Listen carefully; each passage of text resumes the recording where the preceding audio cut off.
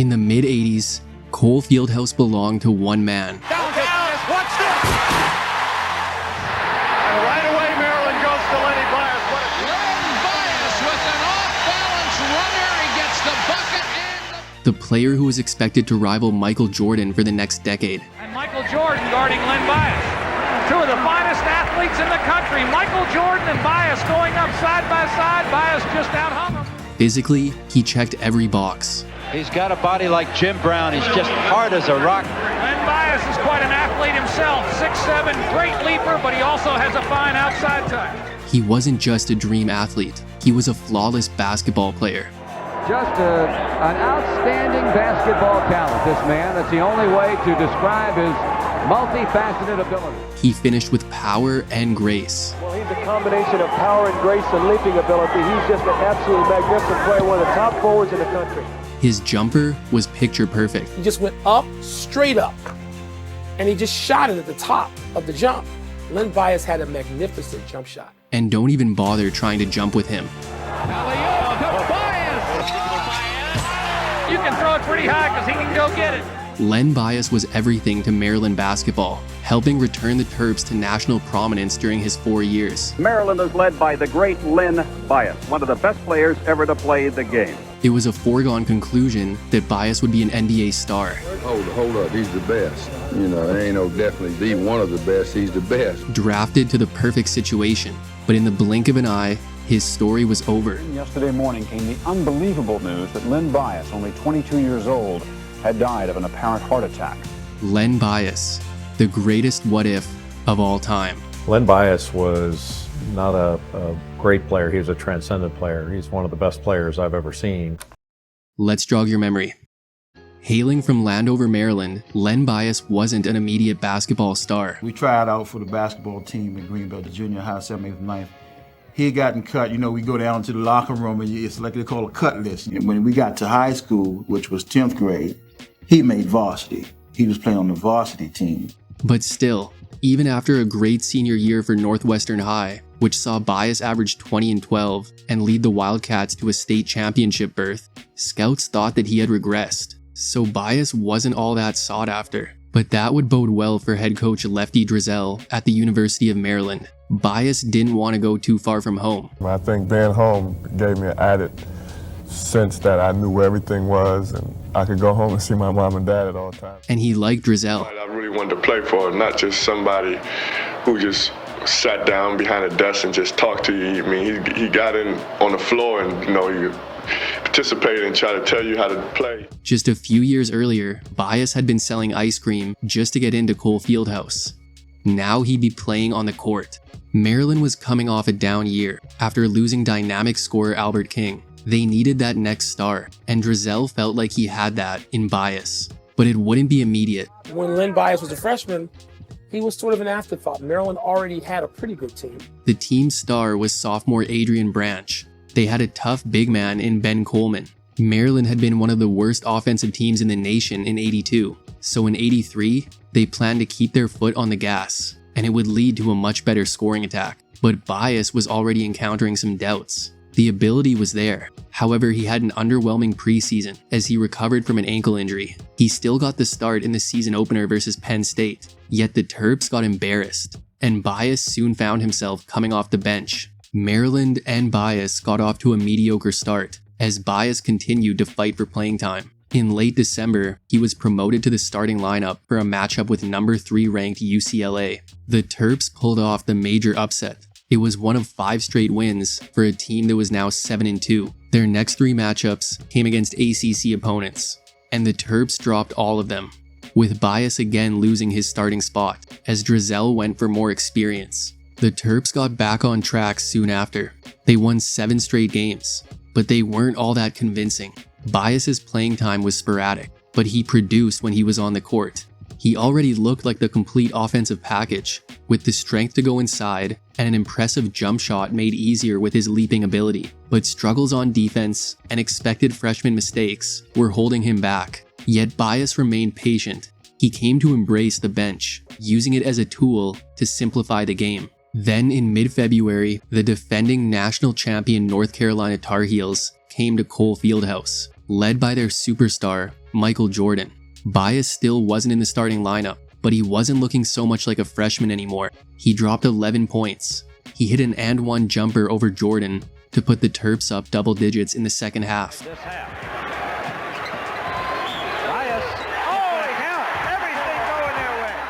And after losing to UNC by a single point earlier in the year, the Terps won this game with ease. A few games later, Bias locked up the starting forward spot as he became more receptive to Drizel's coaching. He and Lefty bumped heads because I asked him at the end of his freshman year, what's happened? How come all of a sudden you're playing, you're relaxed, you're not fighting, you're not, being in and out of the game? He says, I've started listening to what he's saying and not listening to how he's saying it. The Terps went 4-2 over their final 6 games. They finished the regular season with 19 wins and had a winning record in conference play. Bias's stock was rising with each game. Lenny Bias. Nice move by Len Bias, who was just getting better and better and better. Maryland had found something special. Bias, who has been hot in the last few ball games. Len Bias ties it up. Fine young ball player for Lefty Drizel. And I think ACC fans should remember that name because I think he's going to be an outstanding player in the conference. They would fall to Georgia Tech in the ACC tournament quarterfinals. But after a 1-year hiatus, the Terps were returning to the big dance. The first round brought Tennessee Chattanooga. The Terps fell behind by 14, but a jumper from Bias with 2 seconds left would complete the comeback as Maryland advanced to the second round. But they ran into a Clyde Drexler and Hakeem Olajuwon-led Houston Cougars team. Bias had a great outing with 14-7 on 70% shooting, but Maryland's season came to an end as Bias wrapped up his freshman year with averages of about 7 points, 4 rebounds, and half an assist per game. For Bias, the season had ended a lot better than it started. He waited for his opportunity and looked great down the stretch, and so did the Terrapins. Now their core had a year together, led by a superstar in the making. The Len Bias era was in full effect. There was a lot of optimism in College Park going into the '84 season. The Terps were ranked top 10 in the preseason polls, and they had the talent to back that up. They had dependable guard Jeff Atkins, senior forward Herman Veal, Big Ben Coleman was still the man in the middle, and the emergence of Bias gave the Terps a dangerous 1-2 scoring punch, with him and Adrian Branch. And now Bias was a starter from the beginning, so big things were expected. But an early season loss to an unranked Ohio State team was not in the cards. Luckily, it wouldn't be a sign of things to come, after Maryland won their next 8, including a win over a ranked NC State team to kick off conference play. 2 games later came their toughest test. This is Cole Fieldhouse, overflowing with fans to watch what could be the game of the year with #1 North Carolina against 5th-ranked Maryland. Bias played incredibly. He and Michael Jordan had a back-and-forth scoring battle. Jordan had 21, and Bias finished with 24. But it wasn't enough, and the Tar Heels got their revenge for last year. However, a game like that against the best team in the country really showed the evolution of Len Bias. Last year, he was a great rebounder and relied a lot on his athleticism to get to the hoop and score his points. Now he was showing a much more complete offensive game. His athleticism was still his greatest weapon. We get a good look at his athletic ability. Bias taking one step, going up 2 hands and slamming it through. But he wasn't just a raw athlete. He was much more refined around the hoop. And if he couldn't get to the hoop, his picture-perfect mid-range jumper was slowly improving. He's really a good jump shooter from that 15-foot range. He comes to the ball very strong, gets good and square to the basket, and pops it home. ACC opponents were going to have their hands full for years to come. Len Bias, definitely a future star in the ACC. He's got so much talent inside and outside. After the UNC loss, the Terps went to Cameron Indoor to take on Duke, and Bias finished with 17 points to get Maryland back on the winning track. Bias was only getting better. He would finish tied for the team lead in scoring on a career-high 56.7% shooting. Maryland was holding their own in the ACC, but a 3-game skid late in the year knocked them out of the top 25. They were originally thinking Final Four, but now they knew they still had a lot of work to do, beginning with team chemistry. Maryland would address this and record wins in 6 of their final 7. Their one loss again coming to UNC, with Bias scoring a team-high 18 against the nation's best team. But overall, Maryland finished with 18 wins on the season and were second to North Carolina in the ACC. But the ACC tourney would be all Maryland. Tough wins over NC State and Wake Forest would land them in the championship game. However, they wouldn't be taking on UNC, as the Tar Heels had been knocked out by Duke in the semis. So against the Blue Devils, Bias dominated. Pass up court. Bias. He got a great tip up there. It wouldn't fall, but he comes back. Zone with David Henderson at the point. Bias, what a shooter. Adrian Branch, great feedback to Bias. He hit 12 of 17 shots and finished with 26 points. The Terps pulled away in the second half in their most convincing win of the tourney. Bias took home tourney MVP honors, and Maryland took home their first conference tourney title in over 25 years, guaranteeing them a spot in the NCAA tournament, where Maryland's first opponent would be West Virginia. Bias was one of 3 Terps to score at least 18 points, as Maryland ran away with it, setting up a Sweet 16 matchup against Illinois. Bias would put up 16 and 8, but Maryland came up just short. And Bias finished up a much improved sophomore year with averages of about 15.5 points, 4.5 rebounds, and 1.5 assists per game. Bias received an invite to the Olympic trials following the '84 season, but he would pass on a chance at gold to instead try to catch up on his schoolwork after a busy March. But that invite was well deserved. As a sophomore, Len Bias had improved in nearly every facet of the game. His teammates saw his greatness, but they also knew that they hadn't seen all of it. Some felt that he could somehow be even more explosive. Others knew that once he improved his ball handling, it was game over. Len Bias's value to Maryland basketball had skyrocketed. He was the $1 million man. Bias had even more responsibility as a junior. Ben Coleman had been a top scorer and rebounder for 2 years. Now he was graduated. Maryland had brought in a standout rim protector in freshman Derek Lewis, but he couldn't score like Coleman, so Bias had to make up for that. Luckily, they had a good sophomore point guard in Keith Gatlin to get Bias the ball, and Adrian Branch was still there, so he and Bias would become one of the nation's most dangerous duos in '85. Although Maryland was still one of the most dangerous teams in the ACC, they were unranked in the national preseason polls. A season-opening loss to Kansas didn't help their case, but what they did after that definitely did. Maryland didn't lose a game for over a month. 10 straight wins got them back in the top 25. But Georgia Tech broke that streak in the first game of conference play. ACC opponents would give Maryland the most trouble, but they again held their own. They went to Chapel Hill and had a win against the Tar Heels all but locked up after Bias dropped 23.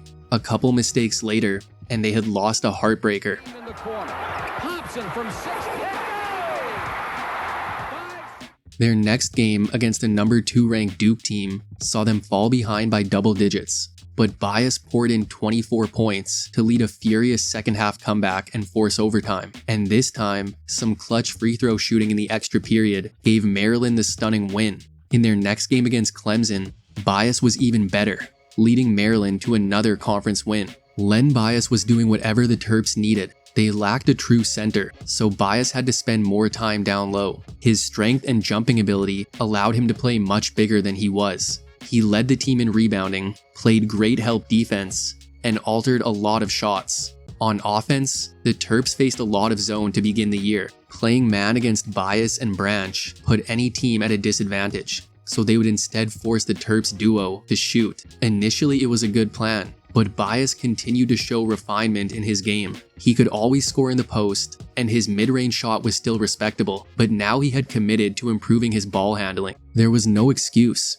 He had to if he wanted to keep up with one of his favorite players and former opponents. It allowed him to create more of his own offense. He was taking guys off the dribble, and his pull-up jumper, with its high release point, was unblockable. Len Bias had an ability to ignore the defensive pressure, making virtually every shot a high percentage look. Trying to get the ball into Bias. Duke got 3 players around him, actually 4.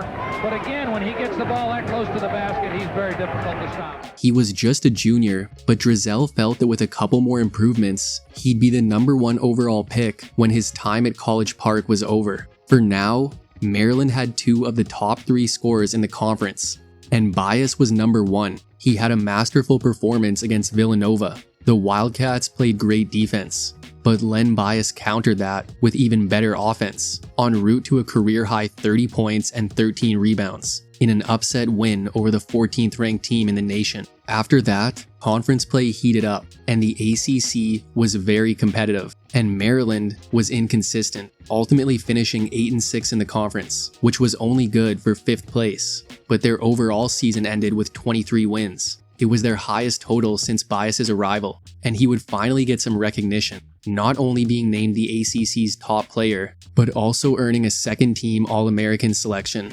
The conference tourney began with Duke. The season series was tied at 1, with both teams winning on their home court. This time, they were at the Omni. Maryland jumped out in front early, but then Bias went scoreless for 15 minutes. And Duke proved to be the better team, knocking out Maryland without much resistance. So they couldn't repeat as ACC champs, but they still had their chance to become national champs after an at-large bid to the tourney had them facing off against a Ron Harper-led Miami of Ohio team in round 1. The two stars went at it. Harper finished with 26 points and 8 boards. Bias matched him with 25 points and 9 boards.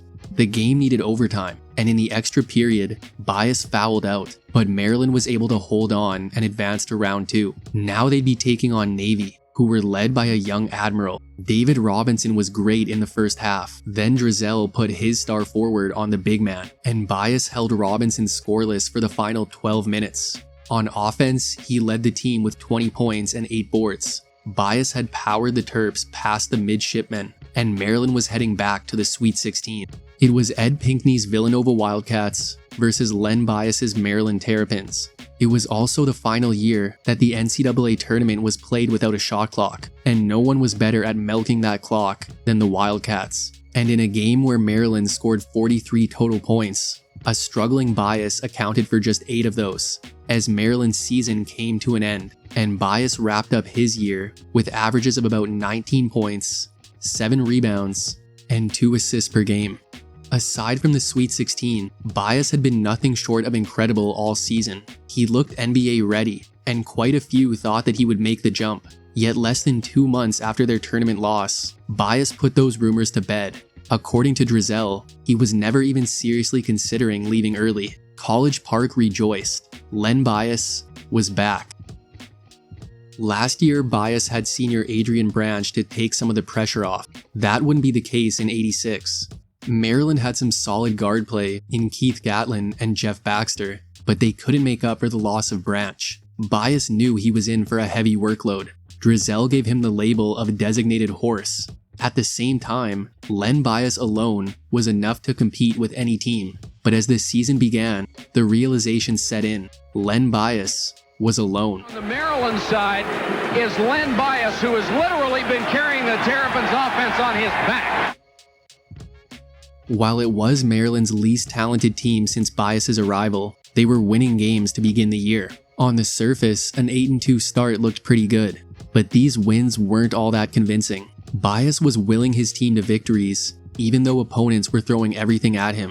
Boy, I'll tell you, he has seen every type of conceivable defense just about there is to play in college basketball. The opposition stacks the defenses against him simply because Maryland has really not gotten a whole lot of offensive help from anybody else. Night in and night out, he was putting up numbers. For the 4th consecutive season, he upped his scoring and rebounding. He faced multiple defenders on most possessions, yet still shot nearly 55%. A lot of easy looks coming from his work on the offensive glass. Bias again led the conference in scoring. He was top 10 in the nation, and on his own team, he accounted for over a third of their points. Bias's heroics were enough to get the Terps through their non-conference opponents. But once ACC play began, the Terps were outmatched. They dropped their first 6 games in conference play. That 6th loss came on the road against Duke. It was one of the best performances of Bias's career. Bias has displayed simply a virtuoso performance for the Maryland Terrapins. He scored 41 points. Maryland still lost by double digits. Len Bias was doing everything you could ask for, but it still wasn't enough. Maryland's chances of winning the conference disappeared quickly. At this point, they were just trying to make their case for another tournament bid. A late February game on the road versus North Carolina would definitely help.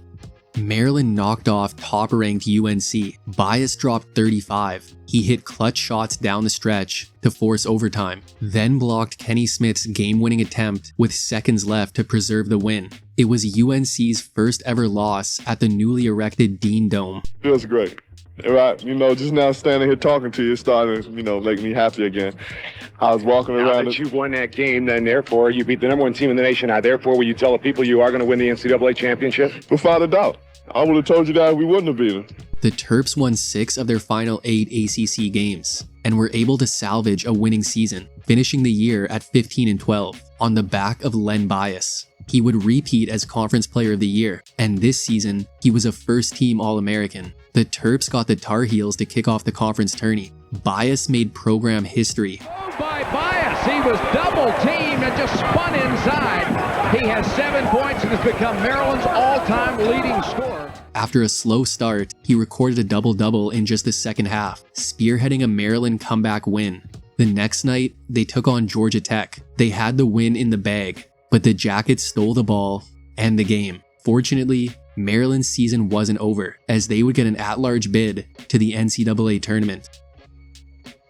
Maryland got little-known Pepperdine in round 1. The Waves didn't make it easy, but as he had done all year, Bias just reached another level, scoring a game-high 26 points to will the Terps through to the second round. Round 2 brought one of the nation's top teams in UNLV. Bias left it all out on the court. He dropped a game-high 31 points and hit all 9 of his free throws, and he pulled down 12 rebounds. Bias scored 23 in the second half to keep the overmatched Terps in the game, but in the end, they fell to the Rebels. Bias fouled out in the final seconds, watching his college career come to an end from the bench. With his senior season wrapping up, with him averaging about 23 points, 7 rebounds, and an assist per game. Bias had suffered through a tough senior year. He was incredible, but Maryland was mediocre. However, with the NBA draft approaching, it had worked in his favor. His demeanor and effort throughout the year spoke to his character. It showed the mental fortitude needed to be a pro, and his talent was undeniable. Michael Jordan seemed like a generational player coming out of college 2 years earlier, but Bias looked to be following the same trajectory. NBA scouts saw him as a top senior and someone who could give any coach lineup flexibility. Len Bias was in the running for #1 overall pick, but whoever got him was going to get a star. The Boston Celtics select Len Bias to the University of Maryland. Cleveland went for the big man first overall, selecting Brad Daugherty. The defending champion Celtics held the second pick, and they got their guy. Alan Cohn and Don Gaston, they're all high on him. He's the guy we wanted, and we got him. Good evening. Sports fans and others in the Washington area and all around the country tonight are mourning the loss of Len Bias. Unbelievable news that Len Bias, only 22 years old, had died of an apparent heart attack. The Maryland medical examiner has now issued his report on the death of the college basketball star Len Bias. It confirms the worst suspicions. He died of heart failure because he used cocaine. It's hard to believe. Part of what is so heart-wrenching, I guess, is that this was a young man literally on the threshold of realizing his lifelong dreams. Len Bias was supposed to be a future face of the league, but less than 48 hours after he was drafted, he was gone. In the early hours of June 19, 1986, after spending the night celebrating, Bias and a few friends returned to his dorm, where Bias had a seizure and became unresponsive. Originally, there was mystery surrounding his passing, a 22-year-old man in peak physical health dying from a cardiac arrest. Then some rumblings started, and they were eventually confirmed. Bias's heart attack was a result of cocaine. Many people close to him couldn't believe it. Len Bias would never use drugs on his own. It was felt that peer pressure was a factor, and his lack of tolerance for the substance led to his heart failure. This was a tragedy to the entire state of Maryland. Family, friends, and entire communities mourned the loss of their homegrown hero. Cole Fieldhouse was packed for his memorial service. His death had a lasting impact. Bias would be somewhat distastefully used as a poster boy for the US government's war on drugs. His case is considered one of the main reasons for the signing of the Anti-Drug Abuse Law of 1986, unofficially referred to as the Len Bias Law. Bias's passing also kicked off a Maryland domino effect. The program was probed, a number of academic violations were discovered. It was found that many Maryland basketball players over the years, including Len Bias, shouldn't have been eligible to play and shouldn't even have graduated. This scandal resulted in Lefty Driesell controversially stepping down as head coach. Seems to me Lefty Driesell either did wrong and he should have been fired, or he was done wrong because he was forced out of his job for not having done anything wrong, or at least nothing wrong that anybody could ever prove. The program eventually brought in Bob Wade, who would get caught up in his own recruitment violations, resulting in a TV and postseason ban for Maryland in the early 90s. A lot had come from the loss of Bias, yet it wasn't his fault. And for any Maryland fan, the memories of Len Bias are nothing but positive. It's sad. It's not what basketball lost. It's what we all lost for just such a great person and a great leader and a great human being. Len Bias didn't just bring winning to Maryland basketball. He brought excitement. He brought electricity. When Len Bias took the court, everyone knew they were witnessing something special. There was nothing he couldn't do, and he got better with every game. During one of the most talent-filled periods in ACC history, Len Bias was at the top, not just for that era, but for all time. He was destined for greatness, and was expected to battle with the best for years in the NBA. The Celtics dynasty was in good hands, but just like that, it all fell apart. A great basketball player and person was taken too soon. No one ever got to see Len Bias on an NBA court, and what he did at Maryland will never be seen again. But that's it for today's episode on Len Bias. Hope you enjoyed it, and make sure to subscribe for more videos like this one. If you liked it, check out these two on a couple more Maryland Terrapin legends. Thanks for watching, and see you next time.